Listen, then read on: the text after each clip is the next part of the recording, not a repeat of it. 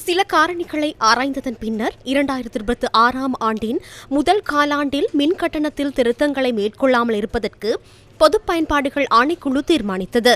குறிப்பிடப்பட்ட காலத்திற்கு முன்பாக முறையான முன்மொழிவுகளை சமர்ப்பிக்காமை, முதல் முன்மொழிவில் இருந்த குறைபாடுகள் மற்றும் காலாண்டின் குறுகிய காலத்திற்காக கட்டண திருத்தங்களை மேற்கொள்வதால் பொருளாதாரத்திற்கு ஏற்படக்கூடிய பாதகமான விளைவுகள் குறித்த காரணிகளில் அடங்குகின்றன.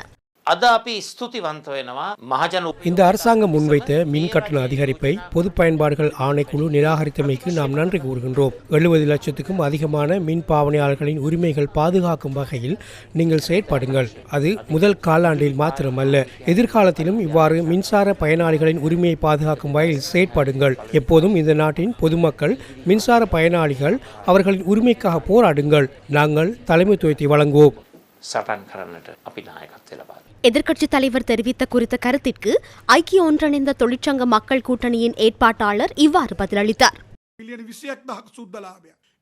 21,000 மில்லியன் லாபம் இருக்கும் பொழுது எரிசக்தி அமைச்சர் கடந்த அக்டோபர் 13 தொழிற்சங்க சங்கங்களின் கலந்துரையில் இவ்வாறு தெரிவித்தார். மின்சார சபை கூறும் 6.8 வீதத்தை அதிகரிக்க வேண்டும் என்று அல்ல, 10 வீதத்தால் 12 வீதத்தால் 15 வீதத்தால் குறைக்க முடியும், லாபம் இருப்பதாக கூறினார்.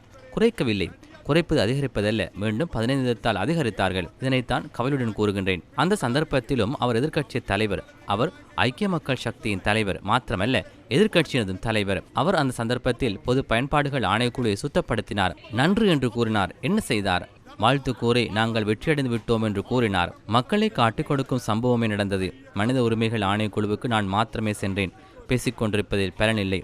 மக்களுக்காக முன்னெடுக்க வேண்டும். தொழிலாளர்களை இதனை அனுபவிக்கின்றார்கள். எமது எதிர்க்கட்சி தலைவர் குறித்து ஆச்சரியமாக இருக்கின்றது. அவருடன் தொலைபேசியூடாக தொடர்பு கொள்ள முடியாமையினால் அவருக்கு குறுஞ்செய்தி ஒன்றை அனுப்பினேன். மின் கட்டணங்களை குறைக்காமை தொடர்பில் பொது பயன்பாடுகள் ஆணைக்குழுவுக்கு நன்றி தெரிவிப்பது தொடர்பில் பாரிய எதிர்ப்பினையும் கவலையும் தெரிவிக்கிறேன் அனுப்பினேன்.